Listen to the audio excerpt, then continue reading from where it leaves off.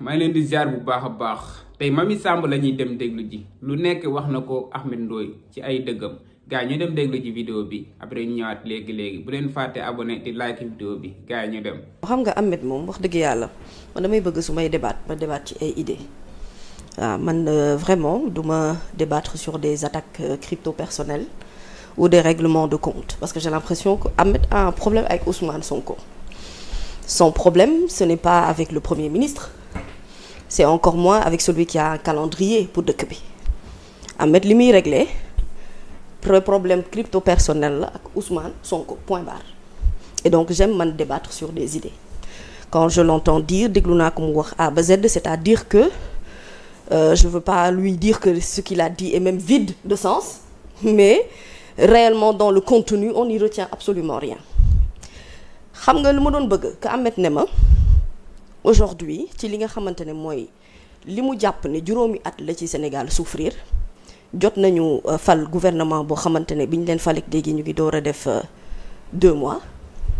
et qu'en 2 mois il n'y a aucune baguette magique dans ce monde bu war a mën a soppi loo xamante ne mu ngi fi woon bopp ba tey et ce que je ne veux pas entrer bugguma dugg ak moom ci benn jeu de débat boo xam ne dañuy dem dans le sens de dafa am ay nitam wala dafa am ay ñooñoom ak ñeneen ñu ci topp ndax xam nga nit moom boo fëggee sa dënn jàpp ni tu es une personne libre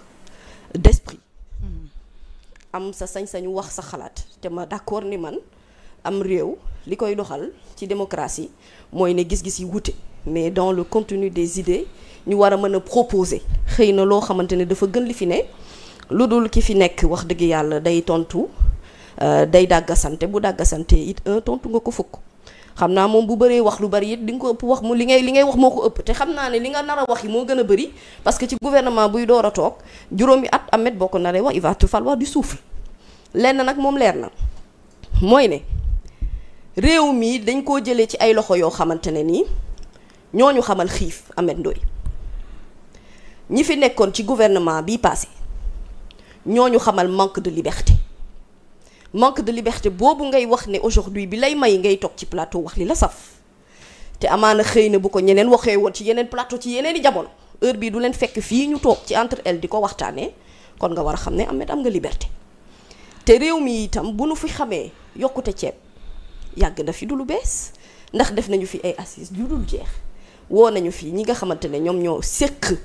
li nga xam ne moom mooy secteur bi jëm ci wàllu woowu proposer fii ay baisse de prix Ahmed Ndoye dem ba def ay affiche ci mbedd bi xanaa yow romboo tableau pomme de terre jógee na 250 ba nga ca 175 et le panier de la ménagère n'a jamais changé et je me demande yow réellement est-ce que natt nga méttiwaayu dëkk bi ndax boo ko nattoon dëgg di nga xam ne ñi fi nekkoon yàq réew mi ba mu yàqu yàqeet ñii bu ñu ko bëggee defaraat donte ñoo la dig ne la dinañu defaraat réew mi et que Ousmane Sonko ce qu'il fait mooy ne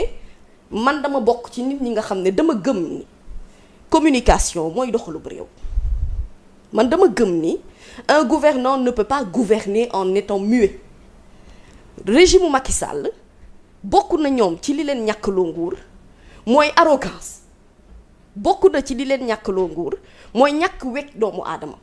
bokk na ci li leen ñàkkloo nguur mooy def ay promesses yoo xamante ne dañuy xëy furaas daal di xëddee. ñàkk communiquer à un point où askan wi bu amee lu mu bëgg bu joytu day am jafe-jafe am interlocuteur bi ko ci war a tontu lim ko ci war a tontu. ndax xam nga lu tax seuls les tonneaux vides. dëgg la Penda Badji font du bruit. oto bi nekk ci kanam moom la ñuy klaxonné ki nekk ci ginnaaw kenn du ko klaxonné aucun état dans le monde entier te bu ko Ahmed Ndoye xamee benn état boo xam ne dafa xëy nii rek réew mi sotti na ma ko wax ngir yàlla. wax ko ndax ñu mën a avancer. tontu ci loolu boo ci amee benn réew. li ma bëgg a wax mooy. moi je suis d'accord qu'on fasse des critiques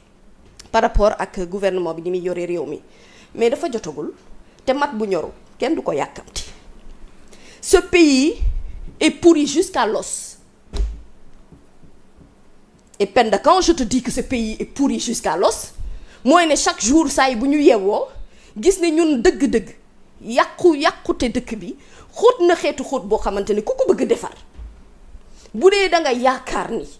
c'est juste des paroles en l'air ou des promesses yoo xam ne dañu koy wax sànni ko mooy ne xamuloo dëgg-dëgg réew mi ci ban état de dégradation la nekk. On est dans un pays boo xam ne on a signé des partenariats internationaux. On est dans un pays boo xamante ne on a noué des accords yoo xamante ne jëmalul réew mi kanam. salaam gars yi maa leen di ziar bu baax a baax gars yi gëj naa leen gis gëj naa leen dégg yéen a ngi am jàmm bu baax a baax gars yi maa leen di ñaan ngeen di abonné di like vidéo bi di partager yéen a ma gën a xam comme dab rek comme ni ma koy waxee abonné like partager. tey nag Mamy Samb lañ leen indiloon ak Ameth Ndoye moom dafa dem ba amatul jom quoi moom amatul loo xam ne mën na ko teg ci table bi nit xool ko xam ne kii wax na dëgg quoi kii lu muy xeex dëgg la. man damay gis gars yi di laaj Ameth Ndoye lan lay nekk di xeex li muy xeex sax moom xamu ko quoi. Ameth Ndoye lu muy xeex yow ku la laajoon ne Ameth Ndoye lan lay xeex yow lan nga koy tontu ne loolu lay xeex comme li ko Mamy wax rek. Mamy nee na ko yow danga am problème ak Ousmane Sonko problème mu personnel nga am ak Ousmane Sonko amoo problème ak gouvernement bi amoo problème ak premier ministre Ousmane Sonko personnellement moom nga amal problème te loolu nag dëgg la quoi. Ameth Ndoye buy xeex Sonko nan la koy xeexee ak lan la ko mën a critiquer lan la mën a wax Ousmane Sonko loo xam ne Ousmane Sonko def na ko te du yoon quoi man loolu moo ma jaaxal. moo taxit lii dana yàgg dal quoi man Mamy maa ngi koy jaajëfal bu baax a baax ndax chroniqueur yi xaw ma chroniqueur la xaw ma journaliste ñëpp buñ meloon ni yow moom léegi booy bi nii rek la quoi. saa yi dañ koy invité duñ ko wax dëgg quoi di ko bennal di ko bàyyi muy wax quoi ay affaire yu ko neex mais Mamy nee na ko su ma la toppee ci débat bi nga xam ne foofu nga bëgg ñu dugg. non Mamy daf ko xam bu baax a baax xam nga Ameth Ndoye fan la bëggoon jëm quoi fan la bëggoon jëm mooy bu waxee ay waxam nga dind ko mu ne yow da nga far ci Sonko moo tax nga may critiquer wala nga may wax loo xam ne mooy loolu. Mamy nag dafa teel a comprendre loolu noonu nee na ko bëgguma nga may yóbbu ci ay débat yoo xam ne ay diw dafa far fii diw dafa far fii wala kee dafa far fee quoi non débat bi du loolu quoi nañ teg affaire yi ci table bi.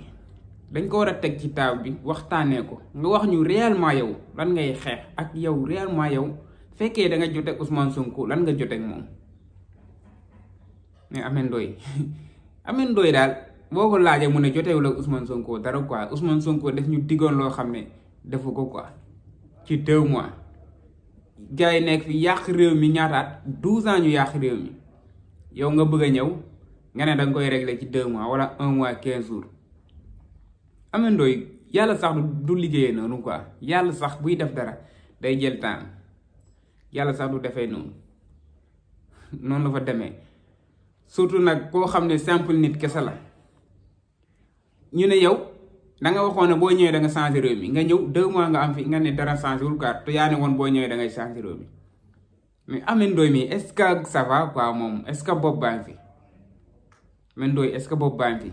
gars yi daal man.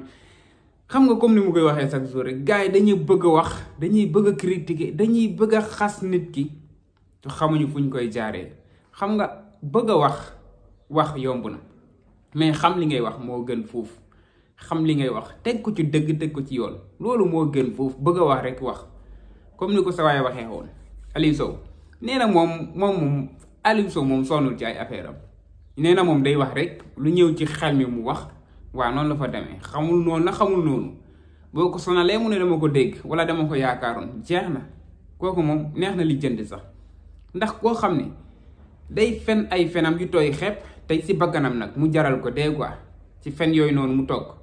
mu jaral ko bakkanam quoi non Ameth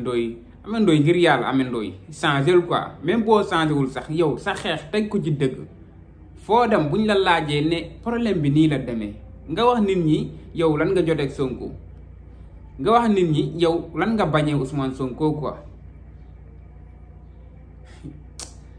nii bu la fekkoon fi Bass Diakhaté nekk yow da nga tal leneen quoi lu dul nekk fii di critiquer te wax nga fi lu waaye yow wax nga fi lu nekk wax nga quoi wax nga fi genre wax bu nekk wax nga ko fi lu bon lu nekk même li ba jaxate wax nii bañ jàpp ko yow wax nga lu xaw a mel noonu wala yow wax nga loolu sax ndax yow nee nga góor jigéen yaa ngi cité kër góor gi wax nga ko